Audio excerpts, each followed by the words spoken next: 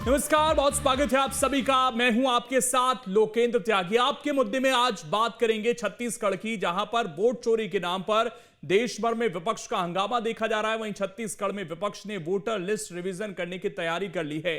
दीपक बैज ने सभी जिला और ब्लॉक अध्यक्षों को पत्र लिखा है। इस मुद्दे पर बीजेपी की ओर से कांग्रेस पर निशाना साधा गया है, जिसके बाद सियासी बवाल हो गया है। और अब क्या नया बवाल जो है हमें छत्तीसगढ़ में देखने को मिलने जा रहा है? क्या वोटर लिस्ट रिवीजन के नाम पर कांग्रेस ने शुरू किया है यहां पर नया तमाशा? चुनाव आयोग करेगा वोटर लिस्ट रिवीजन या कांग्रेस पार्टी? यह सवाल है। वोट चोरी के शोर के बीच छत्तीसगढ़ में क्या यह नया शिगुफा है? 2023 में थी कांग्रेस की सरकार, वोटर लिस्ट पर अब क्यों रार? क्या कांग्रेस की सरकार में गड़बड़ी हुई? इन तमाम सवालों पर विस्तार से चर्चा होगी, लेकिन उससे पहले आप रिपोर्ट देखिए।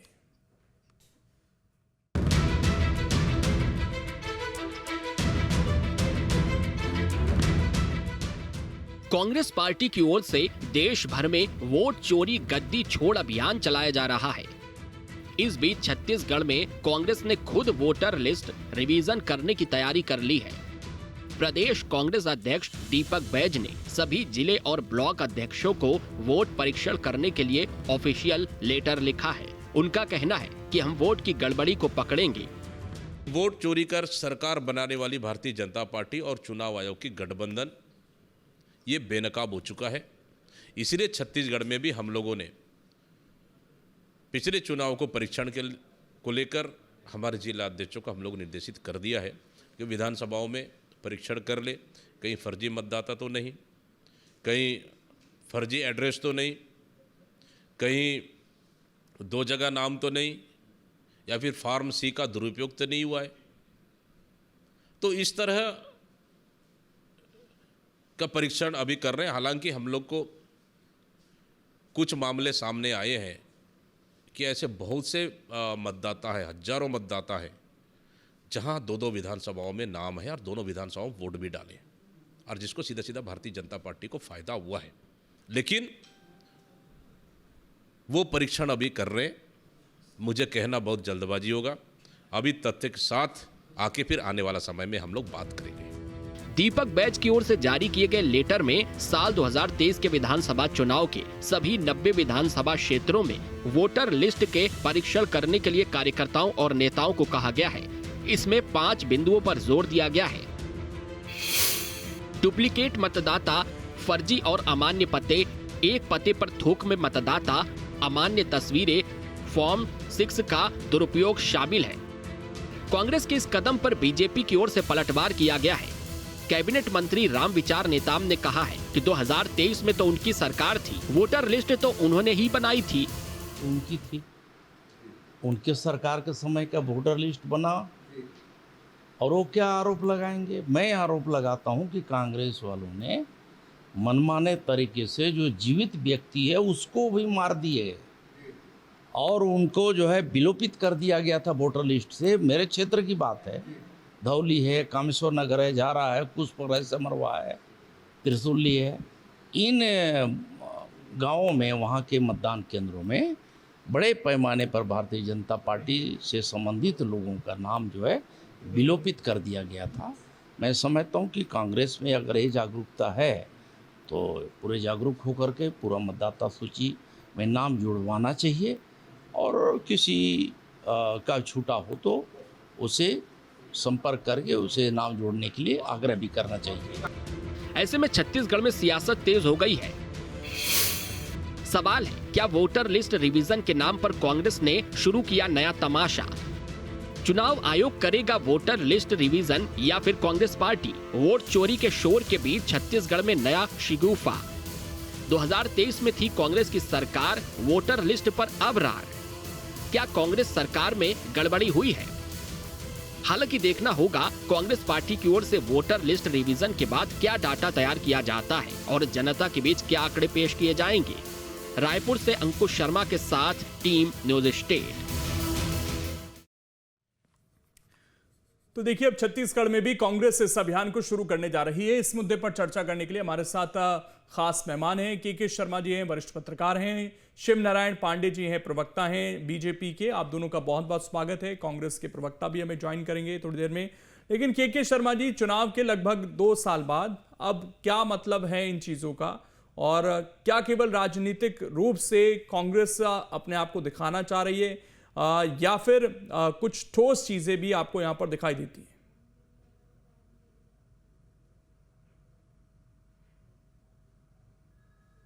के शर्मा जी, आवाज पहुंच पा रही है आप तक? ठीक, आवाज नहीं पहुंच पा रही है। हमारे साथ सतनाम सिंह जी भी जुड़ गए हैं, प्रवक्ता हैं छत्तीसगढ़ कांग्रेस के। आपका बहुत बहुत स्वागत है सतनाम जी। और ये काम चुनाव आयोग को करना है या फिर कांग्रेस पार्टी को, ये सवाल पूछा जा रहा है। देखिए, जब चुनाव आयोग किसी के हाथों की कठपुतली बन जाएगी तो कहीं ना कहीं लोकतंत्र की आवाज उठाने के लिए यह जरूरी होता है कि किसी पार्टी जो विपक्ष में है उसको उस मुद्दे को उठाना पड़ेगा। जब आप देखिए कि मतलब राजस्थान के उदयपुर में 700 लोग एक ही परिवार में मिलते हैं, तो कहीं ना कहीं तो हमको मुद्दा उठाना पड़ेगा। आप ये सोचिए कि महादेवपुरा कर्नाटक में लगातार हमारे राहुल गांधी जी ने पूरा ब्यूरो बताया, पूरा विधिवत एक एक उदाहरण देके बताया, एक एक सबूत देके बताया, तो कहीं ना कहीं ये सोचनीय विषय हो जाता है कि जांच करना चाहिए। पर चुनाव आयोग आके बोल रहा है कि हम सीसीटीवी कैमरा का फुटेज नहीं दे सकते। क्यों नहीं दे सकते? देने में क्या हर्ज है उनको? ये समझ से परे है। फुटेज दे देंगे तो जो सच्चाई होगी सबके सामने आ जाएगी। कहीं ना कहीं गलत है, तभी तो वो इतने पीछे हट रहे हैं जी। अच्छा, लेकिन बीजेपी तो ये कह रही है कि ये सरकार तो आपकी थी, अधिकारी उस समय आपके थे जब ये पूरा काम हुआ था वोटर लिस्ट का, तो अपनी सरकार पर सवाल उठाएंगे क्या आप?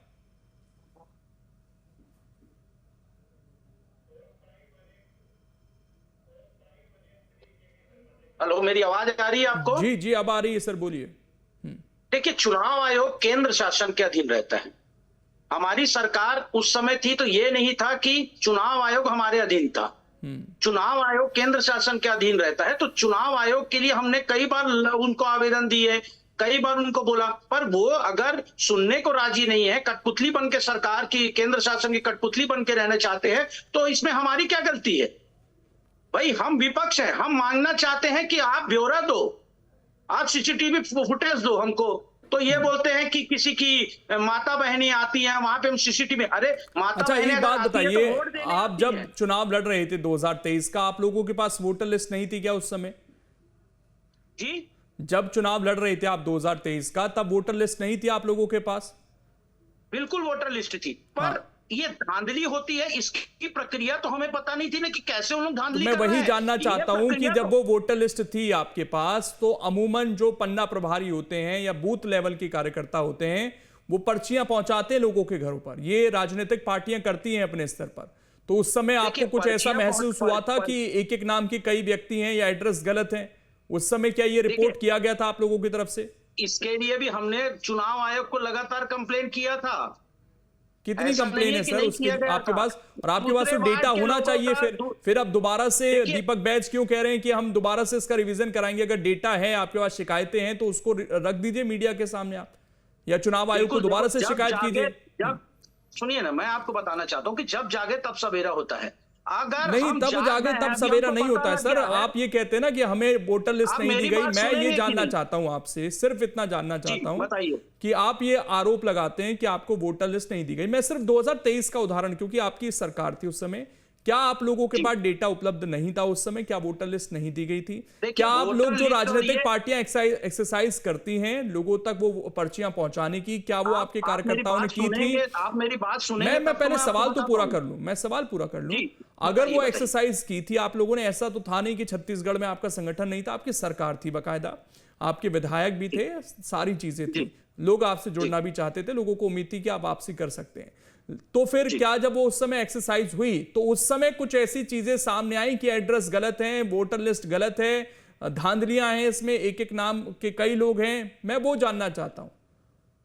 देखिए, मैं वही तो आपको बताना चाह रहा हूं। हाँ, आप सुनने के लिए राजी नहीं है। मैं ये बोल रहा हूं कि केंद्र शासन के अधीन रहता है चुनाव आयोग। हमने चुनाव आयोग में लगातार ये शिकायत करी कि उन्होंने कहा था कि फॉर्म 6 जो होता है वो जोड़ने के लिए कम से कम 25 साल की उम्र होनी चाहिए। नहीं तो वहां से किसी के कहीं ना कहीं से उसका नाम जुड़ा होगा, उसके लिए फॉर्म 7 भर के आप ला के दीजिए। तो ये सब चीजों में हमने लगातार वहां पे अपना प्रदर्शन किया था चुनाव आयोग के समक्ष, पर वो हमको सुनने को तैयार नहीं थे।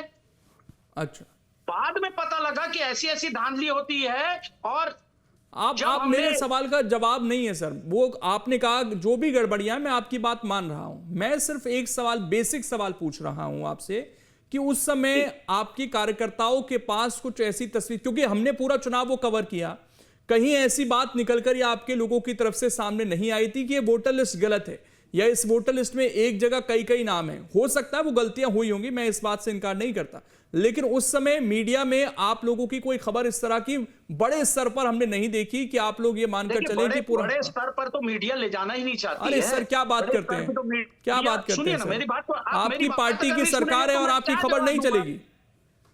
मेरी बात तो सुनिए। अरे क्या बात कर रहे हैं, मणिपुर इतना जल रहा था, उसकी खबर कौन सी मीडिया ने छत्तीसगढ़ में क्या, जब भूपेश बघेल की सरकार थी तो भूपेश बघेल की खबरें नहीं चलती थी क्या चैनल्स पर? पूरे वनों को क्षतिग्रस्त किया जा रहा है, करीबन 20 लाख पेड़ों को काट रहा है, कौन सी मीडिया दिखा रही है? आप मुझे बताइए, कौन सी मीडिया दिखा सवाल रही क्या है? पूछ रहा हूं, आप जवाब क्या दे रहे हैं? नहीं देखिए, मैं आपको ये बात कर, यही तो मैं जवाब दे रहा हूं, आप जवाब लेना ही नहीं चाह रहे हैं।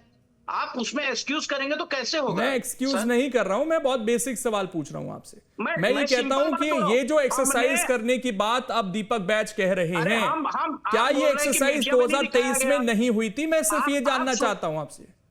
मैं यही तो बोल रहा हूं कि आपने बोल रहे हो कि मीडिया में नहीं दिखाया गया।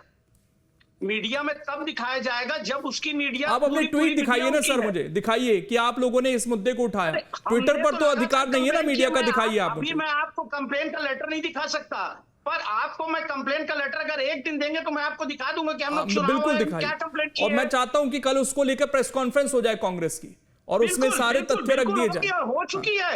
आप ये बात मत सोचिए कि हुई नहीं है, लगातार हमारे शीर्ष नेताओं ने कॉन्फ्रेंस की है और उस कॉन्फ्रेंस को कुछ गिने चुने मीडिया ने दिखाया, शीर्ष मीडिया ने कभी नहीं दिखाया है। तो यही तो बात है ना, हम चाहते हैं कि आप भी दिखाएं, आपका भी आप बैठे हैं सर हमारे चैनल पर, आप हमारा ये कोई, आप कहीं और नहीं बैठे, न्यूज स्टेट पर ही बैठकर बात कर रहे हैं, आपको बुलाया है तो आप कुछ आज आपने टॉपिक छेड़ा है, आप लोग आए हैं, दीपक बैच का बाकायदा इंटरव्यू किया है न्यूज स्टेट ने, तो खबर दिखाई जा रही है, ठीक है, तो वो बात मत कीजिए आप। शिव नारायण जी हमारे साथ जुड़ गए हैं। शिव नारायण जी, क्या चोरी से चुनाव जीता गया 2023 का? अभी तो इसकी पृष्ठभूमि की चर्चा आप कर रहे थे।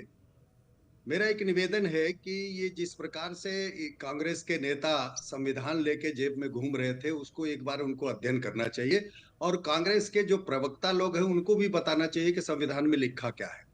उनका स्पष्ट रूप से पूर्वाग्रह प्रेरित मान्यता है कि केंद्र सरकार के अधीन निर्वाचन आयोग आता है। इनको समझ में नहीं आती कि संविधान में निर्वाचन आयोग जो होता है एक स्वतंत्र संस्था है, इंडिपेंडेंट है, और वो उसमें वो जब चुनाव करवाता है पूरे देश भर में, कुछ होता है। मुझे बताइए सुप्रीम कोर्ट क्या होता है? मुझे कह लेने दीजिए, विषय को कह लेने दीजिए, मैं आपको बता रहा हूँ। संवैधानिक क्या होता है भैया? ऐसे नहीं होता डिबेट यार, ऐसा नहीं होता भैया जी। असल में संवैधानिक संस्था है, ये केंद्र सरकार के अधीन नहीं आता है। क्या होता है इसके बारे में बता दीजिए ना। सुप्रीम कोर्ट ने खास आदेश दिया था निर्वाचन आयोग को कि आप डिजिटल निर्वाचन करवाने के लिए निर्वाचन आयोग रहता है। इतनी बेसिक बात इन लोग को मालूम नहीं। ये पूरे फ्रस्ट्रेशन जो है, पूरी अपनी राजनीतिक कुंठा को टीवी चैनलों पर और जगह जगह प्रचार माध्यमों पर रखना चाहते हैं। डर क्या है कि जांच हो जाए? आप तो बोलते हैं कि लॉजिक के साथ बात करिए साहब। अगर आप बोल रहे हैं तो मुझे कम से कम बोलने दीजिए। बंगाल से आ गए हैं, यहाँ से आ गए हैं, रोहिंग्या लोग आ गए हैं, तो जांच कराने के लिए क्या बोले जब जागे तब सवेरा। ये कब तक सोते रहेंगे कुंभकर्णी? जब सरकार में थे तब भी सोए हुए थे, विपक्ष में तब भी सोए हुए हैं। सिर्फ आरोप की राजनीति करना है, सिर्फ आरोप की राजनीति करना और झूठे नैरेटिव को देश के सामने लाना है। इन्होंने इनके प्रेरणा स्थल जो है पड़ोस के देश है, जहाँ पे निर्वाचन आयोग जो है ठीक ढंग से काम नहीं करता। आप बौखलाए हुए क्यों हैं? भाजपा बौखलाई हुई क्यों है कि सच्चाई को बता रहे हैं लोगों के सामने? क्रम होता है क्या? कोई डिबेट का कोई तरीका होता है क्या? हम अपने तथ्य रख लें पूरी शालीनता के साथ। हमारे जो उन्होंने तसल्ली से आपको सुना सत्ताम जी, उन्होंने पूरी तसल्ली से सुना आपको। सोचे इनकी सरकार थी, अभी नहीं, उन्होंने सुना नहीं था ना, उनका लाइन पे नहीं थे वो। नहीं, वो बहुत देर से लाइन पर थे सर, वो आ गए थे लाइन पर। हेलो, ठीक, मैं भैया आया नहीं हूँ, मैं शुरू से जुड़ा हुआ, मैं डिस्टेंस पे हूँ। आप मैं जो निवेदन कर रहा हूँ, चलिए जल्दी से अपनी बात कंप्लीट कीजिए आप। कोशिश करिए। शिव नारायण जी, इससे पब्लिक इनलाइटेंड होती है। ये देश की व्यवस्था का सवाल है, ये कोई सिर्फ राजनीतिक तू में का विषय नहीं है। निर्वाचन आयोग की महिमा को, उसकी विश्वसनीयता को या उसके अस्तित्व पर सवाल लगाना, हम लोग राजनीति करते रहेंगे। कांग्रेस पार्टी हमेशा जो है देश की कीमत पर राजनीति करती है, और ये एक इतनी पवित्र संस्था जो कि विश्व में रिकॉग्नाइज है, बहुत सारे देशों में हमारा निर्वाचन आयोग जो है चुनाव करवाता है, उसकी विश्वसनीयता पर प्रश्न खड़ा कर रहे हैं। विश्व में चुनाव, लेकिन एक मिनट शिव नारायण जी, वो ये कह रहे हैं कि आपके विधायक जो चुनकर आए हैं उनके 2 एपिक कार्ड हैं, ये कैसे हुआ, वो सवाल पूछ रहे हैं। आप मुझे बताइए, निर्वाचन आयोग के जो मुख्य चुनाव आयुक्त हैं उन्होंने प्रेस कॉन्फ्रेंस करके कहा कि 2 जगह अगर वोट डाले हो तो इसके बारे में बताइए। ये हो सकती है, भूलें हो सकती है, गलतियां हो सकती हैं, हमारे नेता की नहीं, कांग्रेस के नेता या कोई भी। इतनी बड़ी एक चीज बताइए, विश्व का सबसे बड़ा चुनाव, विश्व का सबसे बड़ा चुनाव होता है, चुनाव महापर्व के रूप में लिया जाता है। 60 करोड़ से अधिक 74 करोड़ के आसपास की वोटर संख्या है। आप 2 सैंपल लाके अगर कहीं इस तरह की स्थिति हो भी गई होगी, तो ऐसी स्थिति में जो है पूरा निर्वाचन आयोग के अस्तित्व पर सवाल खड़ा कर देना, पूरी चीज को फर्जी कर देना। आप ये मानते हैं शिव नारायण जी, जो कांग्रेस पूरी तरह से आप एक प्रश्न चिन्ह खड़ा कर देना, कौन सी बुद्धिमत्ता है, कौन से लोकतंत्र की आप सेवा कर रहे हो? इससे कौन सा पॉलिटिकल जो है माइल से आप गेन करने वाले हो? क्या आपको राजनीतिक रूप से मिलेगा? चलिए ठीक, मैं आता हूं के शर्मा जी से, मैं रिएक्शन ले लेता हूं। ये राजनीतिक बहस तो होती रहेगी। के शर्मा जी, लेकिन कांग्रेस प्रेस कॉन्फ्रेंस करती है, कुछ नेताओं का जिक्र करती है कि इनके 2 कार्ड हैं, लेकिन जो सवाल यहां पर उठ रहा है कि 2023 में सत्ता इनकी थी, क्या सत्ता में रहते हुए ये सब चीजें हुई तो इसमें कांग्रेस एक्सक्यूज दे सकती है? बीजेपी ये सवाल पूछ रही है, आपका इस पर क्या मत है सर? लोकेंद्र जी देखिए, इसमें पुनरीक्षण का काम निश्चित रूप से चुनाव आयोग करे या राजनीतिक दल के कार्यकर्ता जो घर घर जाके पता लगाते हैं नाम सही है कि नहीं है, ये काम तो चुनाव के पहले होता है। छत्तीसगढ़ की जहां तक बात आ रही है कि 2 जगह नाम की बात आ रही है, 2 विधायकों के जो नाम आए हैं, निश्चित रूप से 2 जगह पे नाम है, लेकिन जो बात पांडे जी कह रहे हैं, एक जगह मतदान किए हैं, ये भी हो सकता है, एक ही जगह मतदान किए हैं। लेकिन बात यहाँ पे छत्तीसगढ़ को समझने वाली जब बात आ रही है तो 7 राज्यों से घिरा हुआ है, उड़ीसा से, झारखंड से, आंध्र प्रदेश से, मध्य प्रदेश से। जब लोग यहाँ पे काम करने आते हैं तो वो मतदाता सूची में यहाँ भी नाम जुड़वा लेते हैं, इसके लिए जिम्मेदार राजनीतिक दल के कार्यकर्ता होते हैं। अब जब नाम यहाँ जुड़ जाता है तो विधानसभा का चुनाव जब उड़ीसा में होता है तो यहाँ के मतदाता उड़ीसा में जाकर मतदान कर देते हैं। छत्तीसगढ़ में जो गाँव में रहने वाले हैं उनका में जुड़ जाता है, सब में जुड़ जाता है, काम करने, नौकरी करने, पलायन करके आते हैं। अब यहाँ नाम होता है, जब सरपंच चुनाव होता है तो वहां मतदान करते हैं, लेकिन जब लोकसभा चुनाव की बात आती है जिसमें अमित शाही लगा होता है, उस दौरान क्या 2 जगह पे मतदान संभव है? एक बड़ा सवाल है। और जो नाम मिटाने की वाली बात आ रही, 6 नंबर फॉर्म क्या बिना लिए हुए इस तरह से नाम को जोड़ा जा रहा है, दूसरे बार में दूसरे विधानसभा क्षेत्र में कहीं भी उसका नाम उठा जिसमें दिया रहा है, तो ये किस प्रकार से कमियां हैं? नक्सल प्रभावित क्षेत्र में कह सकते हैं या दूरस्थ मणिपुर क्षेत्र में कहते हैं कि आधार कार्ड 100% इस तरह से नहीं बन पाए, जिसके चलते क्या आधार कार्ड से इसको लिंक किया जा सकता है क्या एपिक कार्ड को? तो इसके माध्यम से सुधार की संभावना है। कांग्रेस का एक अधिकार है विपक्ष में, एक मजबूत राजनीतिक दल यदि प्रदेश भर में या देश भर में यदि जांच कर रही है, पुनरीक्षण का काम कर रही है, यदि कमियां आती है तो उसको सुधारने में दिक्कत भी नहीं होनी चाहिए। लेकिन दूसरी ओर ये बात थी सरकार को लेकर वोट चोरी वाली बात, सरकार जनता के विश्वास से बनता है। चुनाव आयोग गया या कोई भी केंद्रीय एजेंसी है, उस पर जनता का विश्वास बना रहे ताकि देश में अस्थिरता का वातावरण ना बने। मैंने जिसको वोट दिया है उसकी सरकार बनी है, ये लोगों में एक विश्वास होना चाहिए और सुधार की संभावनाएं हमेशा होती है। लेकिन एक चीज, क्या जो बातें करते हैं राजनीतिक दल कि हमारे बूथ स्तर पर कार्यकर्ता हैं, ये बात इलेक्शन के दौरान पता नहीं चलती होगी राजनीतिक पार्टियों को, आपको लगता है? इलेक्शन के दौरान उस क्षेत्र का बूथ वाला जाके देखता है कि यहाँ रहता है कि नहीं रहता, वो तो वहां भी जाता है, लेकिन मैंने कहा कि वही मतदाता उड़ीसा में भी मतदाता है, ये कैसे पुष्टि होगी? यहाँ का बूथ जो कार्यकर्ता जा रहा है वो उड़ीसा में जैसे अभी बात है कि 2 राज्यों में उसके नाम आ रहे हैं जो राहुल गांधी भी कह रहे हैं, तो इस ढंग से जैसे 65 लाख नाम बिहार में काटे गए, क्या ये बाहर चले गए हैं जो अभी जांच के दौरान सामने नहीं आए?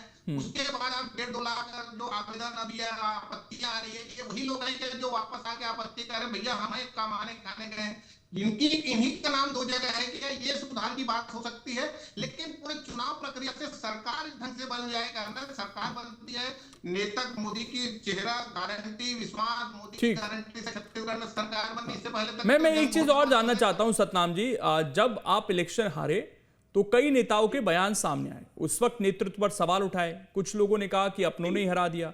हाल में अभी रविंद्र चौबे का बयान भी सुर्खियों में, जिसमें वो कह रहे हैं भूपेश बघेल को कमान देनी चाहिए प्रदेश की। तो ये सवाल विपक्ष ये उठाता है कि आप में आपसी सिर्फ उटब्बल भी था, उस वजह से भी हारे। मैं एक सिंपल बात करना चाहता हूं, जिस मुद्दे पे अपनी डिबेट है, अगर चुनाव वोटर लिस्ट का सर्वे हो जाए विधिवत, तो इनमें भाजपा वाले को क्यों आपत्ति है?